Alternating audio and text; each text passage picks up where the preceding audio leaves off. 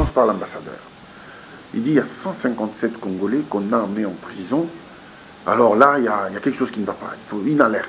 Donc on me dit, il faut vous dépêcher, allez voir. J'arrive à la prison centrale de Lusaka. J'étais avec le ministre des Affaires étrangères rwandien. Je demande, on me sort tous les Congolais. Les 157. J'étais avec les agents de la DGM, identification. On en a trouvé que 17. Tous les restes, avec des anciens passeports. C'était des Ghanéens, d'autres nationalités. Ça n'a rien à voir avec le Congo. Rien à voir.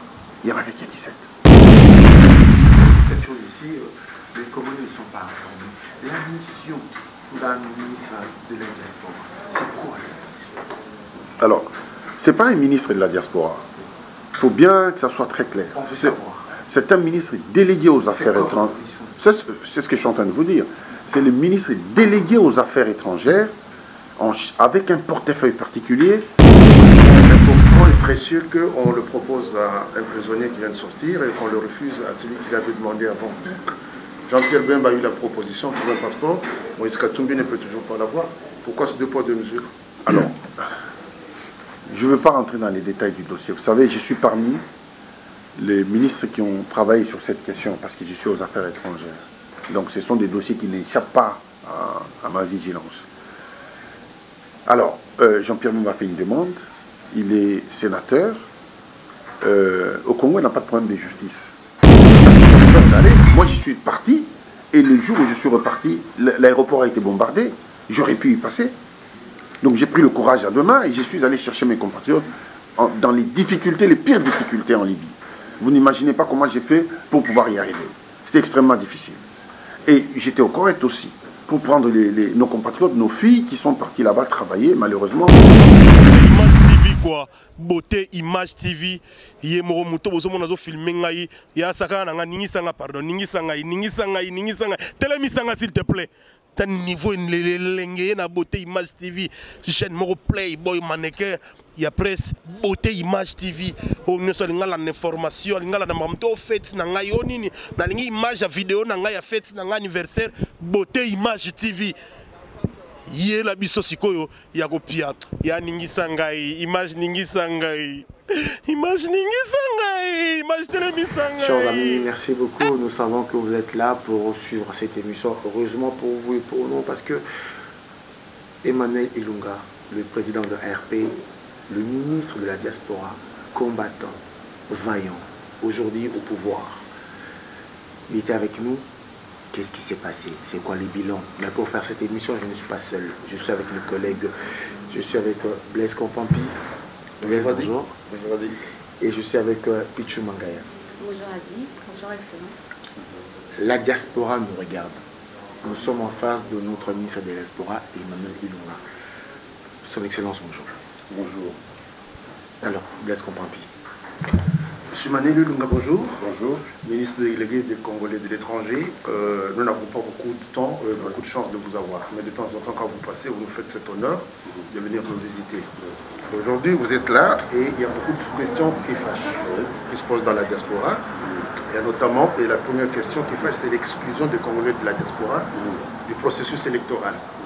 Je me rappelle bien avec Pichu, il a dit il y a quelques mois en arrière, vous nous aviez réunis ici et vous aviez déclaré haut et fort en appelant tous les Congolais de la diaspora à s'impliquer dans le processus électoral.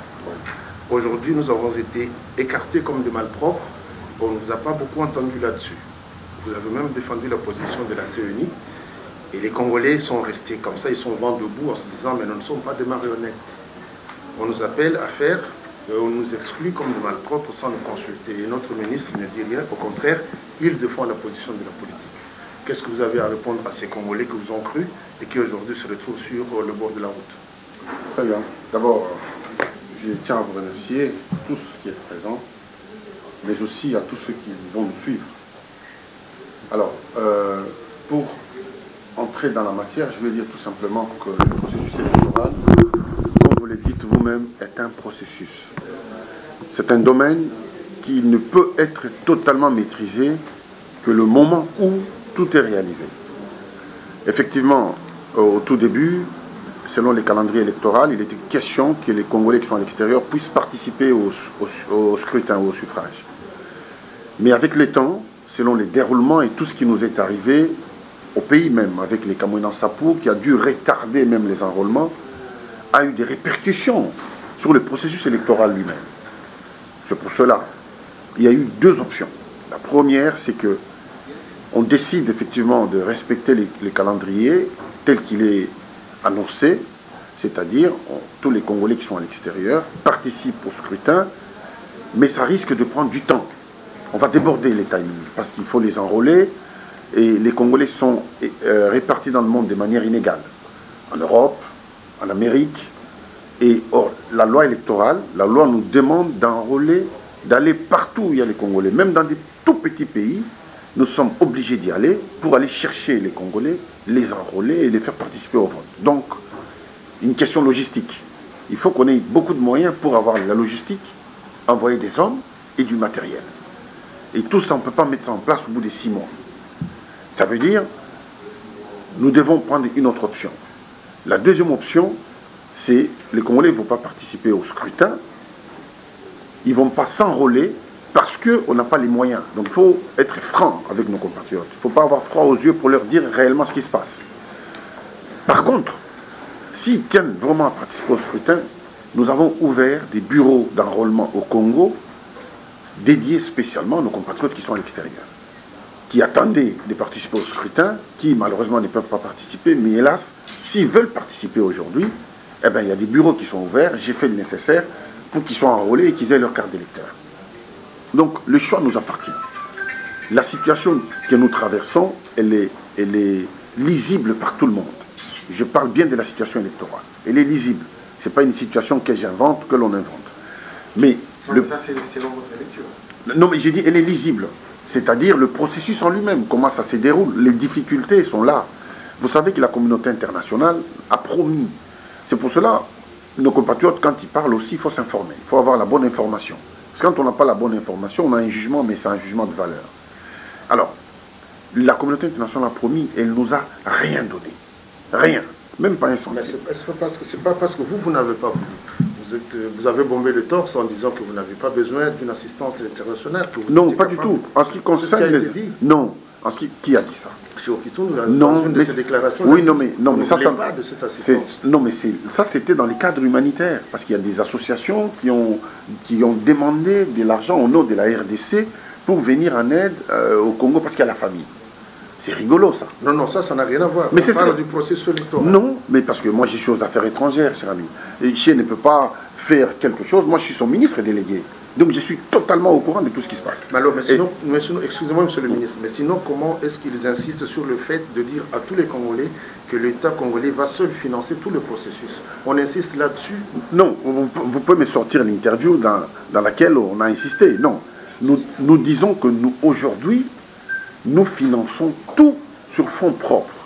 Contrairement à ce que la communauté internationale, a commencé par l'Union européenne, nous a promis, les États-Unis ont promis, rien n'a été fait. Donc sur fonds propres, nous avons enrôlé 40 millions d'enrôlés aujourd'hui en République démocratique du Congo. Nous avons fait les déploiements des kits électoraux dans les différents coins qui sont difficiles à y aller, par hélicoptère et ainsi de suite. Donc il y a des efforts qui sont fournis. Ça c'est certain. Mais son excellence, moi je vais, moi je vais, quand Pampi reste sur la direction, moi je vais savoir une chose. Vous avez dit quelque chose ici, les Congolais ne sont pas informés. La mission d'un ministre de la diaspora, c'est quoi cette mission? Alors, ce n'est pas un ministre de la diaspora. Il faut bien que ça soit très clair. C'est un ministre délégué aux affaires étrangères. C'est ce que je suis en train de vous dire. C'est le ministre délégué aux affaires étrangères avec un portefeuille particulier, les Congolais de l'étranger. Mais d'abord, il est ministre des Affaires étrangères. Donc, tous les domaines des affaires étrangères me concernent. Mais avec un portefeuille particulier, les Congolais de l'étranger. Les Congolais de l'étranger, ce n'est pas simplement la diaspora, c'est aussi les diplomates. C'est leurs enfants, leurs familles qui vivent dehors. C'est aussi tous les Congolais qui voyagent pour une semaine, 2 semaines, qui se retrouvent à l'étranger. Quand ils sont en difficulté, nous sommes obligés d'intervenir parce que beaucoup font de l'amalgame. Ils pensent que le ministère, c'est pour les Congolais qui ont immigré seulement. Non, c'est pas ça. C'est tous les Congolais qui sortent du pays. À partir du moment où ils franchissent la frontière, ils vont à l'extérieur, automatiquement, ils entrent dans ma juridiction. Et donc, je gère tous ces Congolais, leurs problèmes, que je ne peux pas chaque fois étaler au grand jour. Il y a des Congolais qui sont en prison, qu'on a libérés. Il y a des Congolais qui ont été injustement traités. Sur Libye, sur l'excellence sur Libye.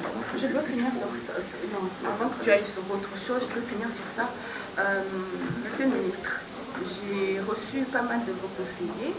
On vous a reçu vous aussi. Ceux qu'on parle actuellement là, des votes des étrangers, des votes de la diaspora, vous en avez fait quand même un... C'était pour vous quand même, comment je pourrais dire, un cheval de bataille. Un cheval de bataille. Donc, une promesse encore pas tenue. Ça veut dire que vous avez encore échoué. Parce que quand cette interview-là, cette promesse que vous avez faite, elle date pas de longtemps. Il y a 1 an à peine. Qu'est-ce que vous avez fait, vous, vraiment, pour nous dire, bah, j'ai tout fait, ça n'a pas marché? Ou est-ce que vous avez juste attendu que on ne vous donne pas les fonds pour financer ça? Est-ce que c'est encore une promesse en l'air, comme nous en fait beaucoup? Non, ce n'est pas une promesse. Nous sommes dans un processus. Les calendriers électoraux, nous ne sommes pas maîtres des élections. C'est la CENI, c'est un organe indépendant, bien entendu technique. Elle sort un calendrier, nous sommes tenus de respecter les calendriers. Mais nous, moi particulièrement, j'ai informé la CENI des difficultés qui sont les miennes. C'est-à-dire, les 6 mois qu'on m'accorde pour enrôler mes compatriotes ne sont pas insuffisants pour le faire. Parce que la loi m'oblige d'enrôler partout, pas simplement dans un coin donné.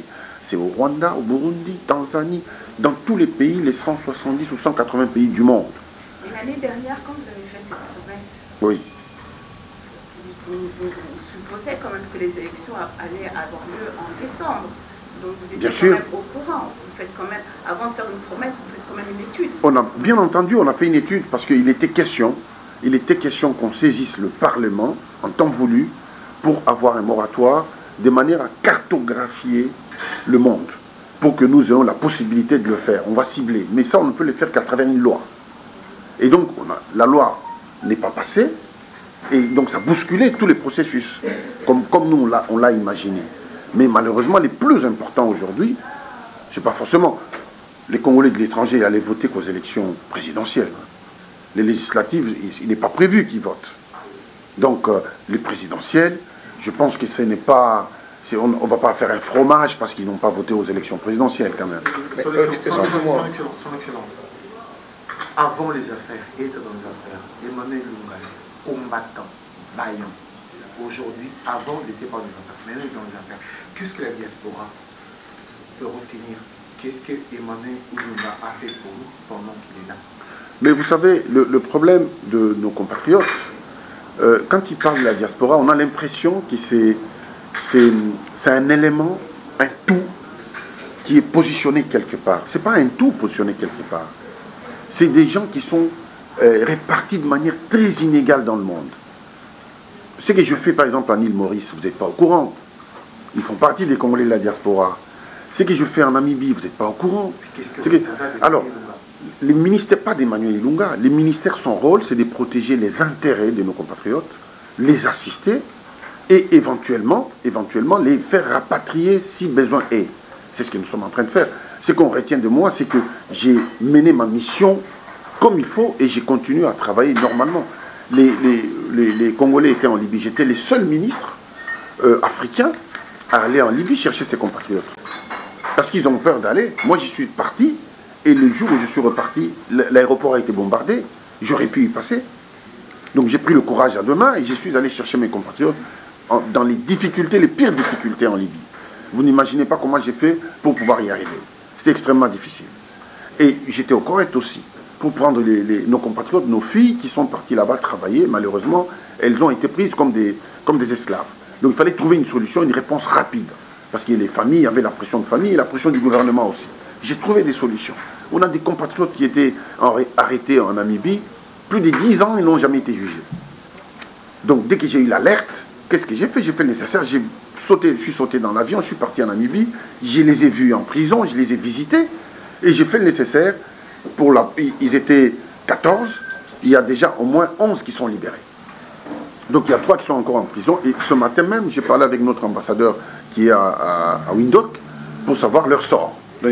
Pour laisser la parole. Au-delà des Congolais qui sont arrêtés, il y a beaucoup de cas de nos étudiants qui sont à l'extérieur, en Inde, aux États-Unis, au Canada, partout ailleurs. Ce sont c'est comme si j'ai géré un pays. C'est pas aussi simple qu'on peut le penser. C'est des problèmes divers que je dois régler. Et je fais de mon mieux pour régler ces problèmes. Parce que je dois rappeler, parce qu'il faut bien rappeler que les Congolais qui sont à l'extérieur sont évalués environ dans les 14-16 millions. Donc, Son Excellence, vous êtes bien le président de ARP. non, je ne suis pas président, mais maintenant que je suis en fonction, je veux vous dire que... J'entends ma question. Non, mais il faut que je vous réponde. Je suis pas... pose ma question. Oui, vous allez poser la question. Je suis plus président de l'ARP parce que mes fonctions ne le permettent pas. J'ai démissionné, il y a un président qui est la AI. Est-ce que l'ARP peut aujourd'hui se présenter comment? Candidat à la présidence? Non, puisque l'ARP a signé... Ah, ça peut être une...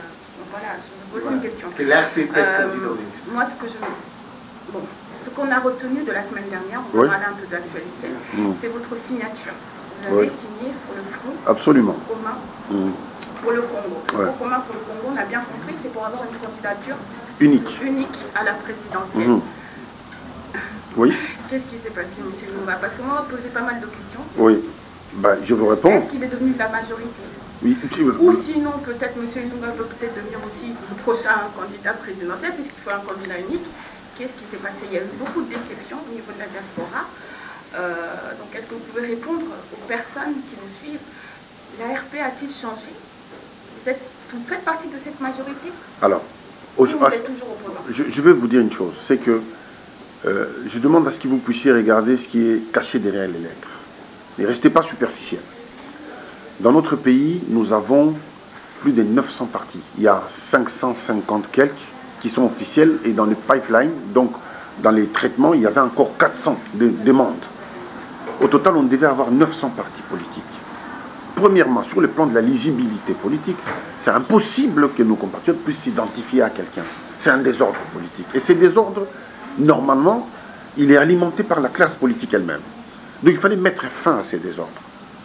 Et la nouvelle loi électorale a posé un problème du seuil. C'est-à-dire, pour être élu député ou président, il faut atteindre un certain seuil. Et seul, vous ne pouvez pas atteindre ces seuils. Vous êtes fatalement obligé d'être groupé, de mettre quelquefois vos ambitions ensemble pour trouver un chemin commun et pour le bénéfice du pays. Et d'ailleurs, même, c'est une très bonne chose pour le pays, parce que... Voilà pourquoi, comme j'étais partie de la majorité. Il faut me laisser terminer. Parce que poser une question sérieuse, alors il faut qu'on prenne vraiment avec tous les sérieux nécessaires, je vous réponds. Et donc, aujourd'hui, dans notre pays, et demain, il n'y aura plus des multitudes de partis politiques. Il y aura des grands groupes, comme en France, comme aux États-Unis, comme en Belgique, où il y aura peut-être 4 ou 5 grands groupes. Et ça sera plus facile à nos compatriotes de s'identifier dans un groupe en faveur d'une idéologie quelconque. Donc c'est déjà une très bonne chose. Il ne faut pas tout voir d'un mauvais œil. Absolument. Mais ça, il faut le créer. Il faut une volonté humaine pour pouvoir créer ça. Vous savez, la politique est dynamique. Vous ne pouvez pas rester dans un coin en pensant que votre vision des choses est éternelle. Donc vous avez alors que... Non, il n'y a pas de majorité aujourd'hui. Parce que les élections ne sont pas encore faites. Parce qu'il faut... Les mots, chaque mot à sa place. Il faut mettre les mots, chaque mot à sa place. Il n'y a plus de majorité. Ce n'est pas la majorité. C'est ce que je suis en train de vous dire. La majorité, elle est qualifiée lorsqu'il y a élection. Pour l'instant, il n'y a pas élection. Comment vous qualifiez déjà la majorité alors que... Non. Dites que je suis entré dans un groupe, le Front commun pour le Congo.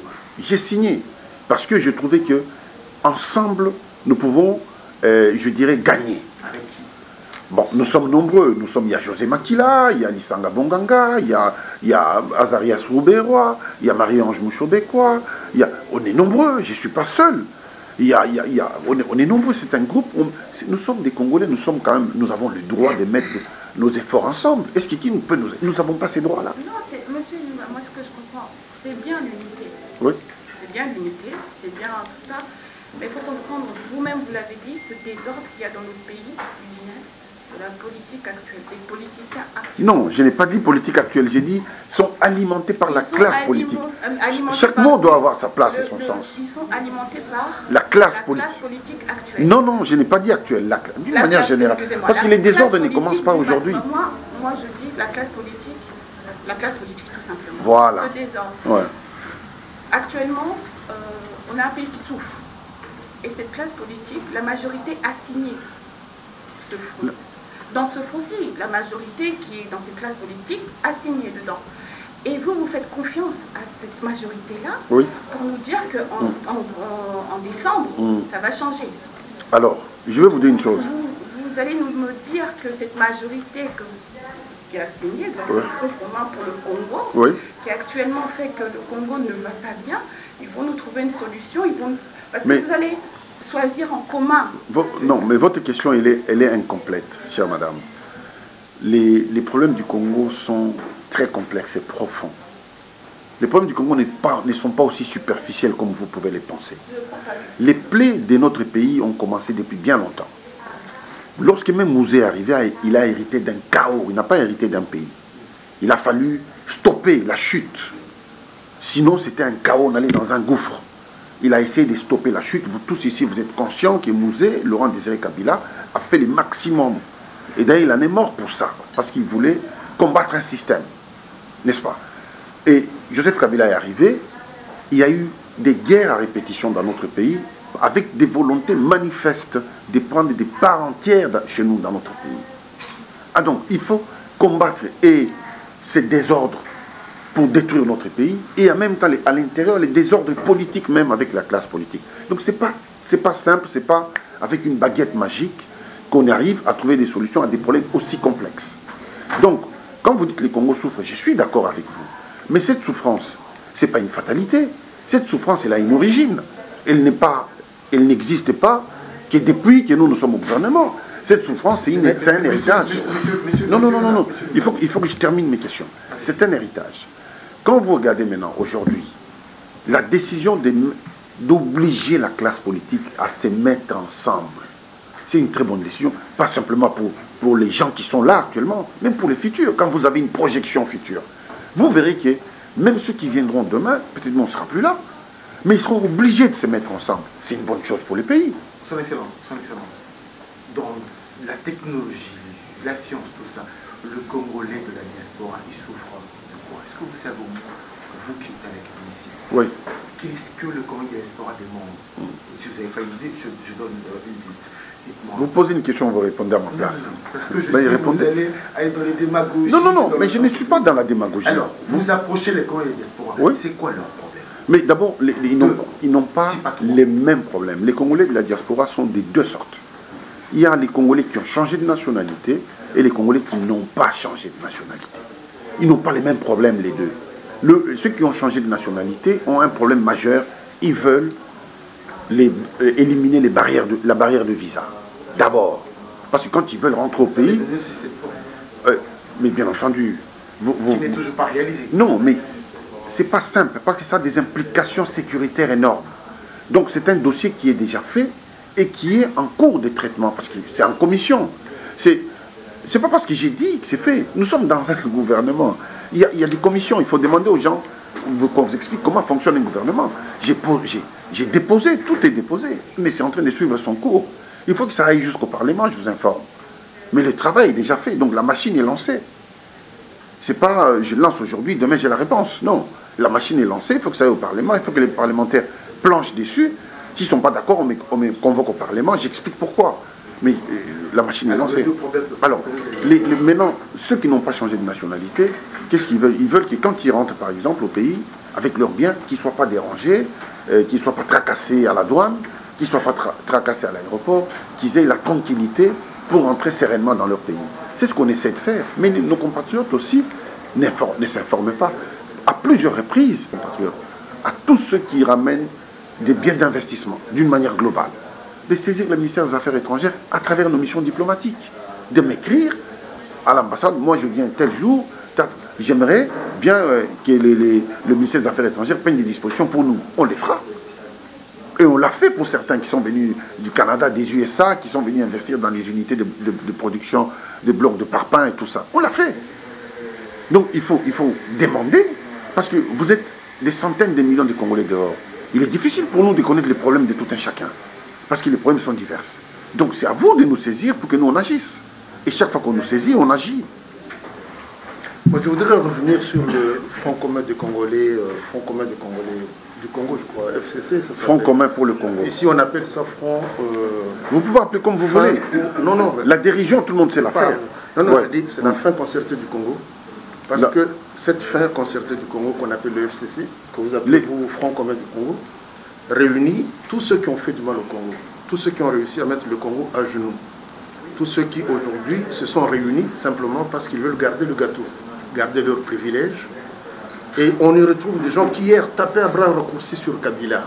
Je ne veux pas citer le nom, mais il y a des gens qui ont cité que c'était lui le virus, c'était lui le mal du Congo, que c'était lui qui était le médiocre, et aujourd'hui qui sont à côté de lui, qui le trouvent comme un transmutateur. Et nous remarquons que vraiment quand on approche Kabila, on change la façon de voir les choses. On devient autre chose, on est transfiguré, on va dans le mal, on trouve le mal comme le bien. On perd les valeurs cardinales, on devient fanatique. Aujourd'hui, ceux qui sont avec vous au Front commun du Congo, ou la fin concertée du Congo, c'est selon.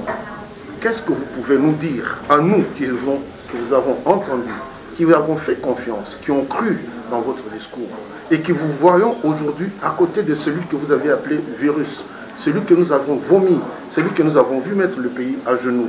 Et aujourd'hui, vous nous dites, c'est une très bonne chose. Vous vantez le FCC. Monsieur Blaise Compaoré. Je ne comprends pas, moi, je perds mon temps. Monsieur, Monsieur Blaise Compaoré. Vous savez, quelquefois, on juge par l'apparence. Et souvent, très souvent, les jugements qui sont faits en fonction de l'apparence, très souvent, ils sont erronés. Je vais prendre un exemple parce que vous citez le président de la République.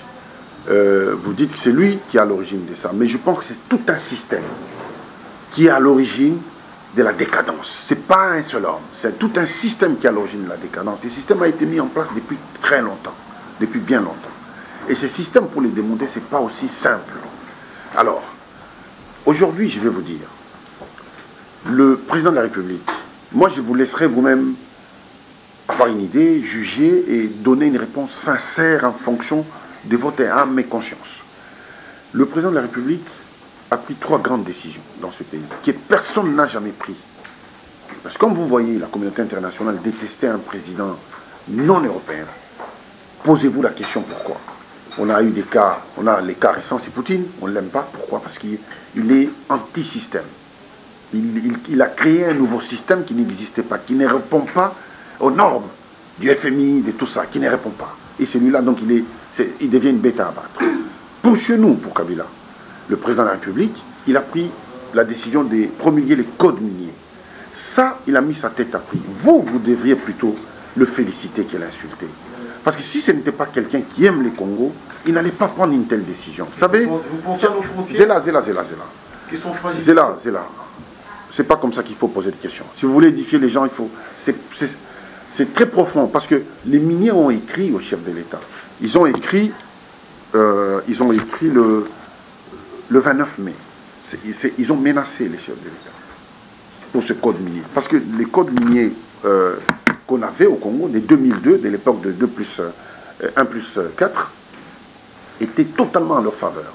1, sur 25 000 $ la tonne de cobalt, nous on avait 2 000. 23 000 parties. Aujourd'hui, la tonne de cobalt est à 90 000 $. Et ils veulent maintenir les droits acquis, comme ils les appellent. Donc, que malgré ces 90 000 $, ils veulent toujours nous reverser 2 000 $. C'est une insulte. Alors, le chef de l'État a fait promulguer un nouveau code minier qui donne avantage aux Congolais. Nous avons presque 70 à 80% des revenus par rapport à ce qu'on avait avant. Mais ça, ils ne sont pas d'accord. Je vais juste vous lire quelques passages, parce que ça, ce sont des choses que les Congolais devraient savoir. Parce que ça change leur avenir. Nous ne sommes pas éternels, mais ceux qui vont venir demain, ils vont trouver des textes qui les protègent aujourd'hui. Et c'est lui qui a mis sa tête à prix.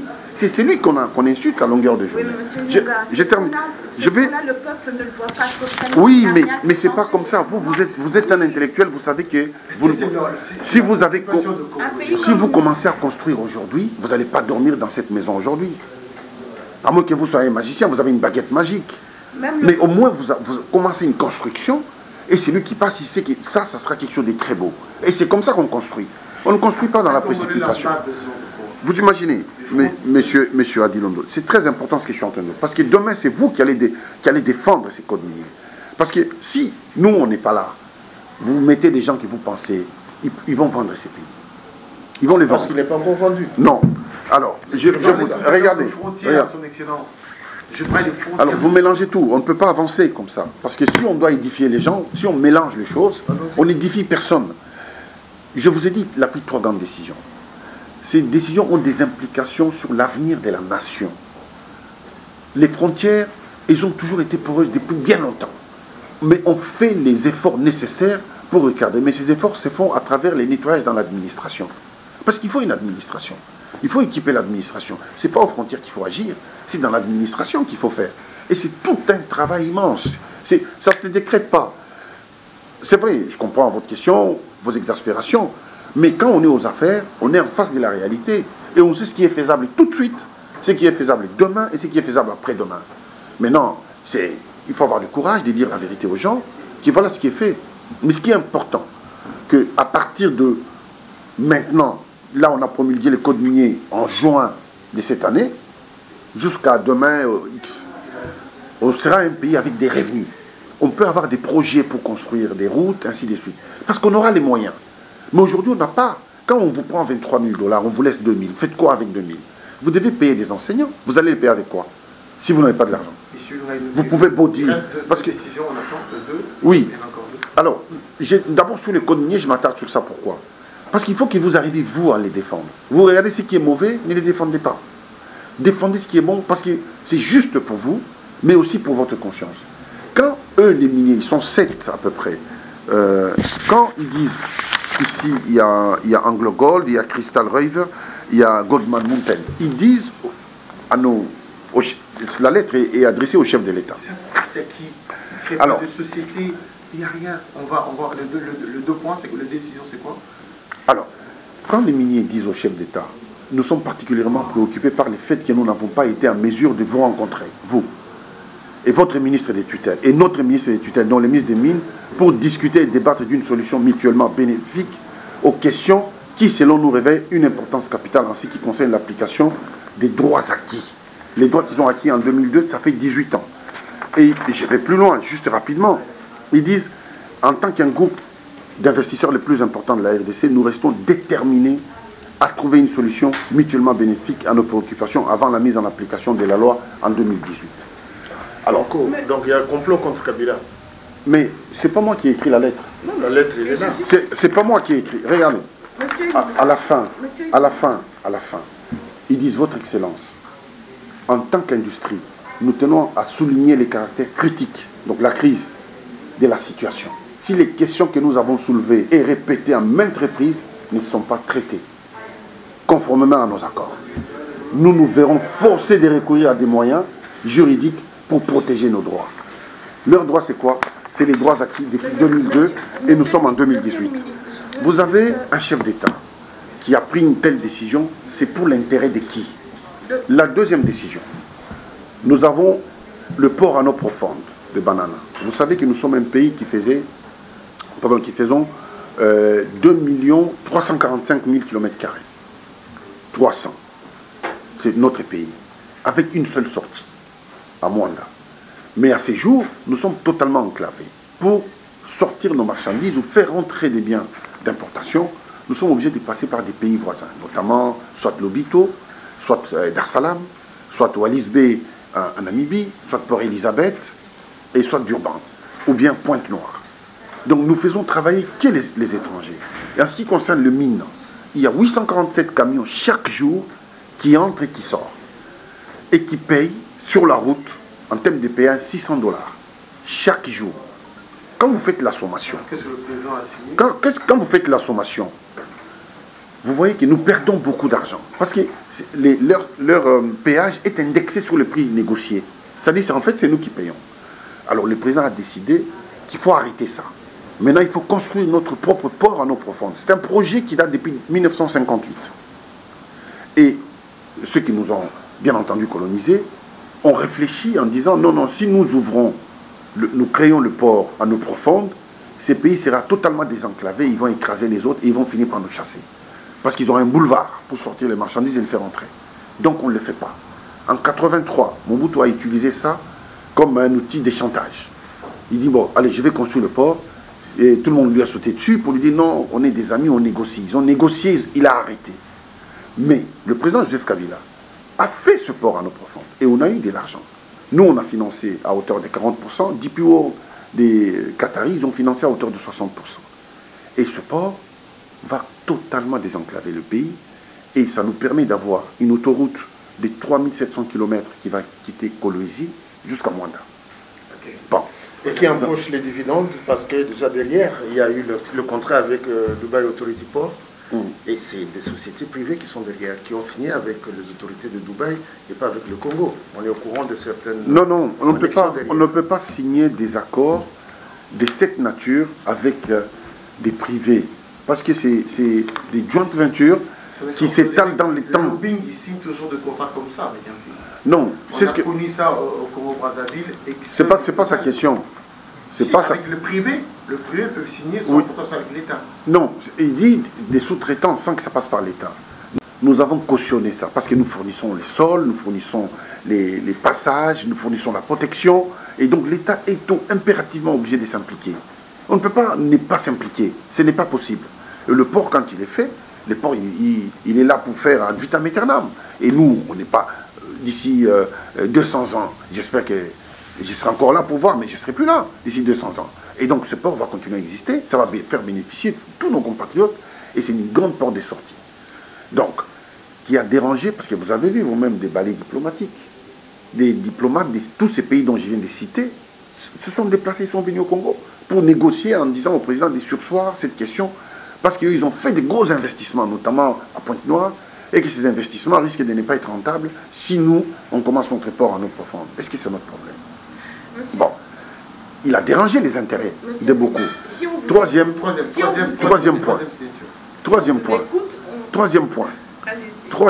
Soyez patient. Souffrez de m'écouter parce que je suis en train de vous dire des choses que vous pouvez vérifier. Vous pouvez vérifier, donc je n'invente pas. Moi, parce qu'on insulte le président. Il faut que je vous dise ce qu'il fait. C'est qu'il a pris comme décision. Pas, on dénonce. Voilà. Il y a une dénonce. Oui. On n'insulte pas. Alors, on dénonce. La troisième décision, c'est de faire de Kinshasa un hub aéroportuaire. Et on nous a toujours interdit. Parce qu'il y a des intérêts à Addis, il y a des intérêts à Nairobi. Et donc, si nous, on fait un hub et on a un passage direct, donc ces deux aéroports risquent de mourir, ce sont des investissements étrangers. On n'arrive pas à nettoyer Kinshasa avec tout ce qu'il y a comme je n'ai pas terminé. Là, maintenant, alors, vous posez une question, vous me reposez une autre. C'est normal, il y en a tellement. Oui, mais voilà, il faut trier. Il faut trier pour qu'on puisse être clair face à ceux qui nous suivent. Alors, donc on a décidé de faire un hub. Vous avez vu, les travaux ont commencé. Et ça aussi, ça crée des problèmes. Parce qu'il a dérangé beaucoup d'intérêts. C'est pour ça que je vous répète, lorsque vous voyez la communauté internationale se positionner contre un chef d'État, surtout africain, réfléchissez deux fois. Cherchez pourquoi. Monsieur le ministre, très franchement, je pense que nous ne sommes pas bêtes. Nous savons très bien que la communauté internationale... C'est pas ce que j'ai dit que vous êtes bête. Je n'ai pas dit ça. Nous savons très bien que la communauté internationale est là pour protéger ses propres intérêts. Ou ses propres intérêts. Mais le problème dans ça, c'est que nous nous retrouvons là parce que vous nous faites un discours comme quoi le président est menacé, comme quoi... Non, c'est pas ce que j'ai dit. Un complot, pardon. Non, j'ai même pas dit que c'est un complot. J'ai dit, parce qu'ils ont écrit, c'est même pas un complot. Oui, ça fait à peu près comme s'il y avait un complot de la communauté européenne qui voulait, communauté internationale qui voulait s'en débarrasser. Voilà. Mais vous savez, le peuple serait derrière lui si tous les jours ce peuple voyait la différence, si tous les jours socialement notre peuple allait bien, si le peuple mangeait à sa faim, si la santé allait bien dans le pays, si tout ça nous ne voyons pas, nous ne voyons pas, ça fait quand même... La question elle est où? Parce que là tu... La question est où? À qui bénéficie tout? Oui, il y a eu trois projets. À qui bénéficie? Parce que vous pouvez faire ce que vous voulez. Il y a des pays qui n'ont pas... Vous ne me posez pas la question là. Il y a des pays qui n'ont pas les moyens, comme la RDC. Mais ces pays-là, leur peuple ont une vie, ils vivent convenablement. Nous avons les moyens depuis un certain temps, même si aujourd'hui l'État congolais touchait un petit pourcentage, avec ce petit pourcentage, si nous avions les hommes qui aimaient ce peuple, on aurait eu une avancée sur la vie en RDC. Donc Très bien. à qui profitent vraiment toutes ces avancées? Parce que le peuple ne le voit pas. Ok. Je vous ai dit tout à l'heure que nous sommes en train de construire quelque chose. Et la construction, elle est là. Ce que je viens de dire, vous pouvez les vérifier. Je n'invente pas. On vient d'inaugurer Zongo 2. Il n'y avait rien. Le président a créé un barrage là-bas. 150 mégawatts. Ce qui n'a jamais été fait dans notre pays. On a créé un barrage, Mobile, qui fait 10 mégawatts. Depuis 52. 10 mégawatts. À part les grands Inga, qui est financé par la communauté internationale. Mais sinon, on n'a jamais dans notre pays. Depuis notre histoire. C'est la première fois qu'on a un barrage de cette taille. 150 mégawatts. Donc, il faut du temps pour construire. La construction prend le temps. Parce qu'on construit et les mentalités, et parce que vous savez vous-même ici que tout ce qui est détruit dans notre pays vient de loin. Parce que Ibandambo, Tikandambo, ça n'a pas commencé aujourd'hui. Motona Bongisa, ça n'a pas commencé aujourd'hui. Alors, lorsque les mentalités sont détruites à ce point, pour les construire, lorsque les mentalités sont détruites à ce point, pour les construire, c'est un processus qu'il faut mettre en place. C'est ce qu'on essaie de faire. Mais quand on parle, excusez-moi, dites juste une petite minute. On ne peut pas faire confiance facilement à quelqu'un qui a déjà montré des prémices qui ne promettent pas. Madame l'a relevé tout à l'heure, puis tu l'as bien dit. Nous avons vu dans ce pays-là les 5 chantiers. On a vu que cela n'a pas profité au pays, mais plus aux individus qui ont plus construit des bâtiments privés que tout ce qu'il y a eu comme route, pont et tout ça est aujourd'hui cassé. Et après, il y a eu la révolution de la modernité.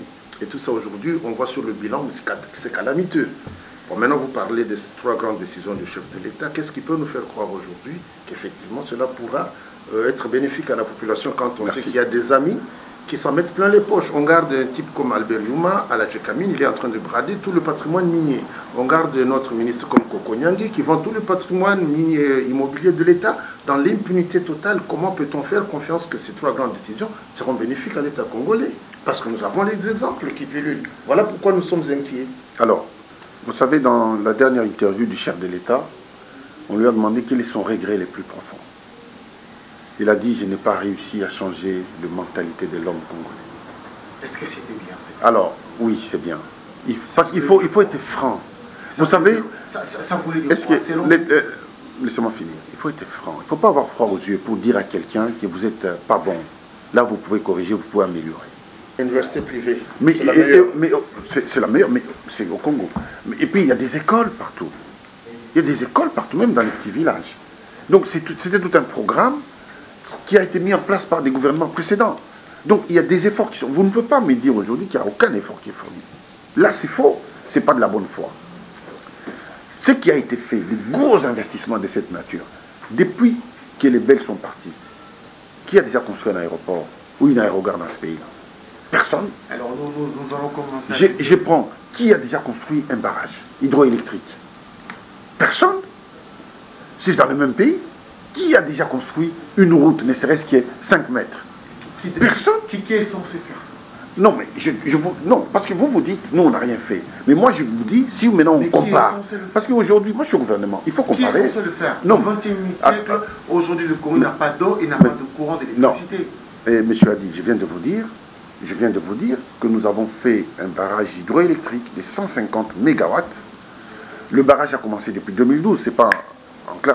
Ça fait presque 4 ans que le barrage est en construction et on l'a inauguré et il est en marche. Maintenant, on est en train de faire des pylônes pour les transports d'électricité, pour éclairer tout Kinshasa et 50 mégawatts pour alimenter le Kassa et une partie du Katanga. Nous allons chuter. Si. Moi, Pichou, laisse comprendre, je pense que si on peut avoir une question pour finir. Je vais rappeler que Afro News, avec Blaise Campampi qui dit en toute franchise, Emmanuel Ilunga à la barre. Ça, c'est pas mon écriture, c'est pas mon programme, c'est Blaise Campampi qui le dit. Et en affiche, c'est Son Excellence Emmanuel Ilunga. Je ne sais pas ce qui va se passer ici. Ne ratez pas notre magazine Afro News avec Blaise Campampi. Vas-y. Moi, j'ai une question à poser. Il y a peu de temps, j'ai regardé une émission, un débat, où on parlait d'un futur dauphin. d'un futur dauphin que M. Kabila va sûrement va pas se représenter et va sûrement nous ramener un dauphin comme Poutine avait fait. Donc, qu'est-ce que vous pouvez nous dire sur ça? Mais écoutez, nous sommes dans une vie politique où chacun a des ambitions et collectives et individuelles, personnelles. Et ça, on peut l'interdire à personne. À partir du moment où les textes sont là et que chacun essaie de respecter les textes ou les respecte, je n'y vois pas d'inconvénient. Mais ce dauphin sera voté par le Front commun pour le Congo. Nous allons, au Front commun, effectivement, nous avons notre charte, c'est la solidarité. Et nous voulons avoir un seul candidat pour éviter justement la cacophonie. Nous allons soutenir un seul candidat aux élections présidentielles. Mais aux élections législatives, chaque groupe aura un nombre de candidats qu'il va présenter dans les circonscriptions dans lesquelles il pense qu'il peut gagner. Merci beaucoup. Est-ce qu'on peut... Mais moi j'ai peur, pour terminer, j'ai peur que le slogan du Front commun pour le Congo soit la solidarité dans la médiocrité. Parce que Kokonyangi, qui est secrétaire général adjoint de la majorité présidentielle, a dit que le FCC allait soutenir le candidat que Kabila allait présenter, même lui-même, alors que la Constitution le lui interdit. Vous êtes aujourd'hui membre du FCC, du Front commun pour le Congo, où, selon ça se dit, allez-vous soutenir le candidat que Kabila va présenter, même lui-même, oui ou non, aux prochaines élections? Vous savez, cette question, elle revient en permanence. Elle revient en permanence, et on a posé, il n'y a pas longtemps, la question au président, il a encore répété, que son sort est déjà réglé par la Constitution. Il ne peut pas dire plus, il ne peut pas dire mieux. Et les élections vont arriver, c'est dans moins de 6 mois, on aura des élections. S'il y a, nous, au Front commun pour le Congo, nous disons que nous allons avoir un seul candidat que nous allons soutenir à la présidentielle. Bon. Donc, nous attendons pour avoir les candidats. Il y aura peut-être 5, 6 ou 7 noms qui vont sortir, voire même 8. À ce moment-là, au sein même de notre organisation, nous allons faire le choix. Il n'y aura pas un candidat en disant, lui, c'est lui le candidat, tiens, soyez derrière. Non, il y aura peut-être 5, 6 noms. Ce sont des questions auxquelles nous avons déjà discuté. Et les 5, 6 noms, nous allons peut-être faire des votes en interne pour pouvoir trier et choisir un seul candidat qui va nous représenter aux élections présidentielles. Merci beaucoup. On aura un législatif, les candidats, vous allez vous... Oui, mais bien sûr, le parti auquel je suis membre présente des candidats. Déjà au municipal, nous avons 37 candidats dans différentes circonscriptions que nous avons déjà présentés. Les listes sont déposées. Là, au national, nous espérons déposer une trentaine et on espère avoir au moins 25 élus. Vous êtes moins arrogant que vos collègues qui sont de Mopatas et qui distribuent les liens partout. Dans l'arrogance, Bafinga. Non, moi je n'insulte pas. Je ne peux pas. D'abord, vous êtes mes compatriotes. Et au-delà que vous soyez mes compatriotes, vous êtes mes frères et sœurs. Donc je ne peux pas me permettre de faire ça. L'actualité politique ne fait pas de nous des ennemis. Ça peut faire de nous des adversaires. On ne peut pas être d'accord sur ça, mais il y a le point fondamental, c'est la patrie qui nous unit ensemble. Et dans cette divergence d'idées, c'est ça qui fait que notre pays avance. Parce que si nous tous, nous avons un seul point de vue, on n'avancera pas. Et c'est de cette contradiction qui est née les lumières que nous sommes en train de voir, la pression et la contre-pression qui fait qu'on avance. Mais en tout cas, moi, pour ma part, je pense que mon travail, je le fais bien. J'essaie d'être le plus proche possible de mes compatriotes et de répondre des fois moi-même au téléphone. On m'appelle de l'Australie, de partout. Et je réponds moi-même au téléphone et j'essaie de trouver des solutions à nos compatriotes qui sont en difficulté. Merci beaucoup. On ne va pas encore aller plus loin.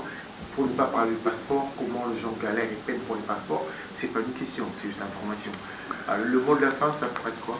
Je ne vais pas parler de passeport. Hein. Non, mais vous en avez parlé. Vous savez, les tournures, je sais le faire. Je vais vous expliquer. Les problèmes de passeport, nos passeports à nous, avant, on pouvait les falsifier. Et donc ça rendait un très mauvais service aux Congolais, parce que n'importe qui pouvait voyager avec les passeports congolais. Je vous donne un exemple tout simple. J'étais en Zambie. On m'envoie une note d'urgence par l'ambassadeur. Il dit il y a 157 Congolais qu'on a mis en prison. Alors là, il y a quelque chose qui ne va pas. Il faut une alerte. Donc on me dit il faut vous dépêcher allez voir. J'arrive à la prison centrale de Lusaka. J'étais avec le ministre des Affaires étrangères indien. Je demande on me sort tous les Congolais. Les 157. J'étais avec les agents de la DGM. Identification. On n'en a trouvé que 17. Tous les restes, avec des anciens passeports. C'était des Ghanéens, d'autres nationalités. Ça n'a rien à voir avec le Congo. Rien à voir. Il n'y en avait que 17. Vous voyez. Donc nos passeports circulaient comme ça dans les mains de n'importe qui. Et ça pénalisait tous nos compatriotes qui sont de bonne foi, qui sont sincères. Il a fallu changer. C'est comme ça qu'on a imposé ces passeports biométriques et qui n'est fabriqué qu'à un seul endroit, à Kinshasa, aux affaires étrangères. La difficulté, elle est là. Effectivement, cette difficulté, elle est aussi bénéfique d'un côté, parce que notre passeport, quand vous l'avez, n'importe quelle immigration dans le monde, c'est que vous l'avez, vous êtes seul à l'avoir. Et parce que les diplomates qui sont au Congo font des rapports dans leurs pays respectifs. Et ils voient les difficultés. Quelquefois, c'est eux-mêmes qui nous contactent pour des régularisations dans leur pays, en disant, mais sortez, mais il y a une procédure. Effectivement, c'est un peu long. C'est un peu long. Je vais rassurer parce qu'il y a beaucoup de gens qui souffrent pour les problèmes de passeport. C'est vrai que c'est un peu long. Et nous allons faire des efforts pour corriger et raccourcir le délai. Pourquoi le consulat d'Anvers était fermé justement? Parce que j'ai eu beaucoup d'appels, moi, en me disant Très bien. qu'il y a des gens qui ont quand même payé. Très bien. Je voulais rebondir là-dessus. En ce qui concerne le dossier Anvers, c'est un dossier, effectivement, nos compatriotes se sont déplacés des pays différents pour aller faire leur capture à Anvers. D'abord, ils n'avaient pas à le faire.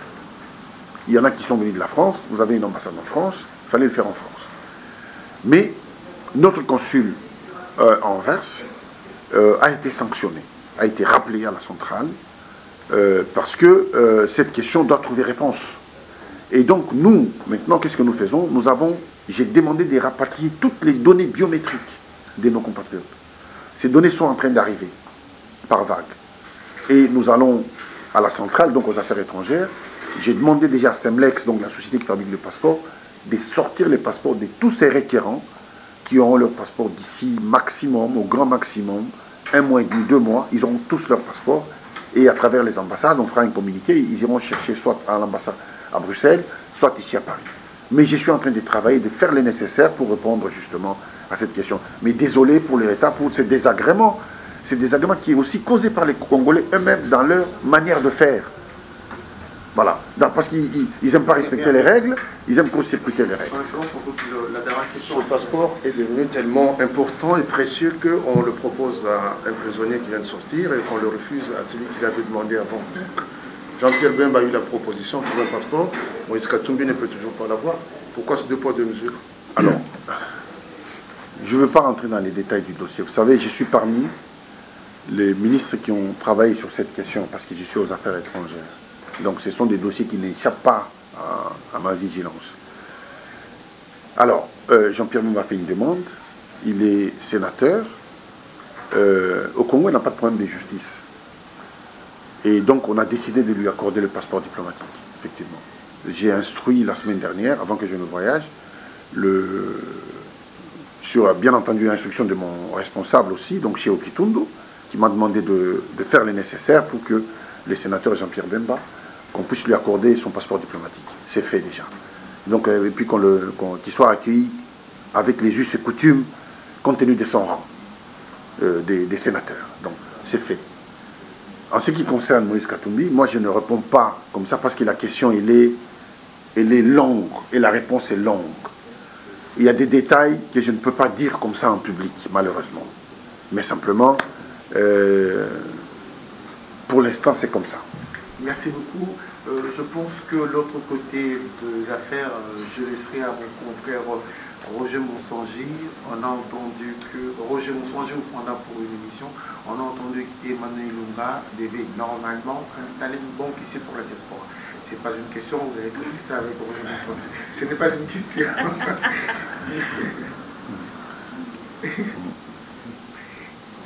Merci beaucoup. Ce n'est pas une question, hein. C'est alors, on finit. Emmanuel Ilunga, vous avez maladie, vous avez pour la santé? Oui, je suis venu en... Voilà, j'ai eu un petit problème de santé, effectivement. Qui est venu de Kinshasa? Non, je suis un être humain, le corps humain a ses caprices. Hein. Donc je suis venu pour ça. Tu me provoques, c'est quand même, Kabila est là depuis 2001, on est en 2018. Vous avez des problèmes de santé, vous venez toujours vous faire soigner à l'extérieur. Il y a eu l'hôpital du Centenaire, 100 millions investis. Ça me froisse quand même, Excellence. Oui. Excusez-moi, Monsieur le Ministre, oui, mais moi c'est des choses qui me froissent. Non, il ne faut pas que ça vous froisse, il faut bien au contraire que ça vous interroge. Et nous n'avons pas encore la technologie au niveau des Européens, surtout la technologie en termes dans les domaines médicaux. Parce qu'il y a des problèmes de santé qui nécessitent des appareils très spécialisés. Et non seulement des appareils, mais aussi les hommes, les équipes techniques spécialisées pour manier ces appareils. Nous n'avons pas encore pour le moment. Il faut dire les choses telles qu'elles sont. Le dernier bachelier avant-hier a eu son diplôme d'État avec 87% de points. Il avait à peine 2 phrases du français correct dans sa bouche. Vous pensez qu'avec ce genre d'éducation et tout ça, bon bref, je m'arrête là, tu me coupes la parole, bon, je te la remets. On finit par ceci. Qu'est-ce que nous devons retenir? Emmanuel Ilunga est malade? Non, je ne suis pas malade, c'est juste un petit problème. Non, pas du tout. Je ne suis pas malade. Je suis en très bonne santé, mais j'ai eu un petit problème comme ça de parcours qui est résolu. Ok, le mot de la fin, ça serait quoi? Alors, moi je m'adresse à mes compatriotes. Je vais dire, vous savez, la critique est aisée, c'est l'art qui est difficile. Je voudrais que le jugement que chaque Congolais doit porter sur les actions que nous sommes en train de mener soit un jugement sincère, qu'il le fasse en âme et conscience. Il y a un système je dirais, d'asservissement qui a été mis en place depuis bien longtemps. Et ce système a été aussi alimenté par nous-mêmes. Aujourd'hui, ce système est en train d'être totalement détruit. C'est pour cela que vous devez ouvrir les yeux et lire entre les lignes et regarder réellement depuis que nous sommes là, qu'est-ce que nous avons fait et qu'est-ce que nous n'avons pas fait. Je ne veux pas dire tout a été fait. Il y a des choses qui nécessitent encore du travail. Mais ce que je dis, j'encourage mes compatriotes à revenir au pays. Et pour ceux qui veulent investir, bien entendu, de vous adresser à nos missions diplomatiques. De m'écrire personnellement pour que je puisse demander à ce qu'on prenne des dispositions pour vous accueillir, vous intégrer dans le pays et vous faciliter l'intégration. C'est un engagement. Merci beaucoup, Sonis. Alors, je vous rappelle de ne pas rater, de regarder ça. Afro News, en toute franchise, Emmanuel Ilunga à la barre. Ne ratez pas, allez-y. C'est le Blaise Compaoré, toujours dans Afro News. Je dis merci à Blaise Compaoré, merci à Pichu Mangaya et à son excellence de m'avoir accordé ces temps. Je dis Henri, merci beaucoup. Henri, Patti, merci. Vous avez été beaucoup pour cette émission. Beauté Image, Roger Monsangi, il est là où tu es. Merci de nous avoir suivis. Continuez à suivre nos éléments. On vous dit à très bientôt. Et bye.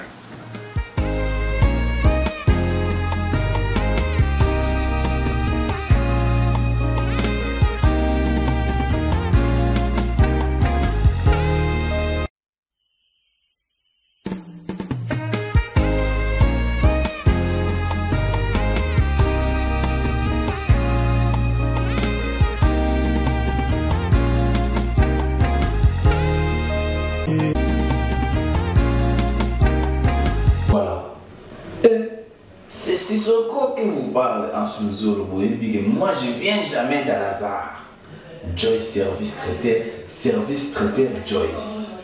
Innovation du nouveau Nakata Paris. Tout à Paris, France, car en général, tout le service qui retrait de deuil, baptême, anniversaire, mariage, tout genre de cérémonie pour contacter Service Traiteur Joyce. Parce que tout mes cas, alors vous aussi, vous avez la confiance dans Joyce Service. Non, Joyce Service Traiteur. Tout y est bon. Il y a contact ma mission.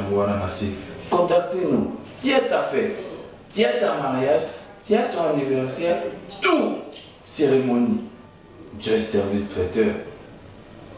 Propriété, classe, bien-être pour les gens, parce que la santé, tu n'as pas de prix. Pour vos fêtes, contactez Joyce Service Traiteur. Merci. Merci.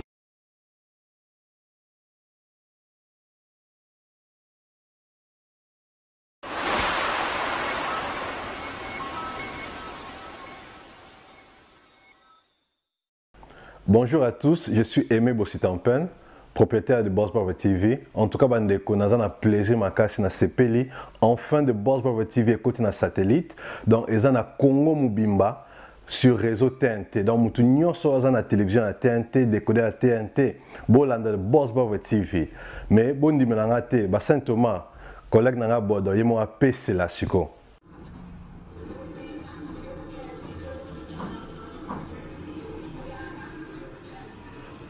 Salut, c'est Rock Bodo, l'artiste premium. Suivez comme moi The Boss Brother TV. The Boss Brother TV à Kinshasa déjà. We love The Boss Brother TV. The Boss Brother TV. J'espère que Binomo Bomoni, collègue nanga bodo a PC. Alors, Bobo Santé, Boss Brother TV est toujours disponible dans le décodeur CPLA TV, canal 121. Vous êtes toujours sur Facebook de Boss Brother, vous s'abonner.